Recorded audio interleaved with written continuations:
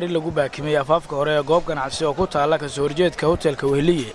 ayaa galaaftay nolosha ilaa 20 ruux ku dhawaad iyadoo ay jiraan tiro kale oo dhaawacyo ay soo gaareen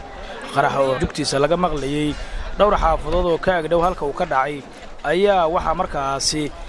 la sheegayaa in dadka deegaankuna ay xaqiijiyeen in gaariga lagu baakimay goob ganacsi oo ku taala ama maqaaxi ku taala halkaasi dadka dhaawacyada qaba waxaa ka mid ah gudoomiyaha majmaca culimada Soomaaliyeed Sheekh Yuusuf Cali Caynte oo la sheegay in dhaawac uu ka soo gaaray qaraxaasi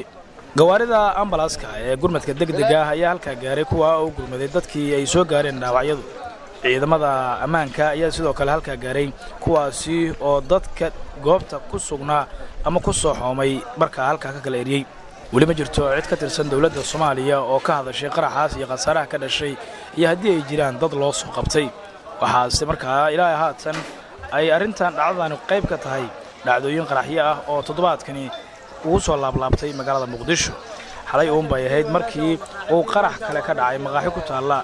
agaarka laba dhagax degmada warta nabadda ee gobolka Banaadir halka ay khasaare dhimasho iyo dhaawac lahi oo ka dhashay shaqaalaha nadaafadda maamulka gobolka Banaadir ayaa hawlo nadiifina waxa ay ka wadaan halkii uu qaraxu ka dhacay iyagoo markaasi ku dadaalaya in ay soo celiyaan bilicda goobta maadaama ay ku taalo waddo muhiim ah ama istiraatiiji ah isu socodka dadweynaha xarumaha caafimaadka ee gobolka Banaadir ayaa la tacaalaya dadka qaba dhaawacyada ee markaasi waxyeeladu ay ka soo gaartay qaraxii maanta ka dhacay afaafka hore ee hotelka Wehliye iyo sidoo kale kii xalay ka dhacay degmada warta nabadda iyo kuwa ka sii horeeyay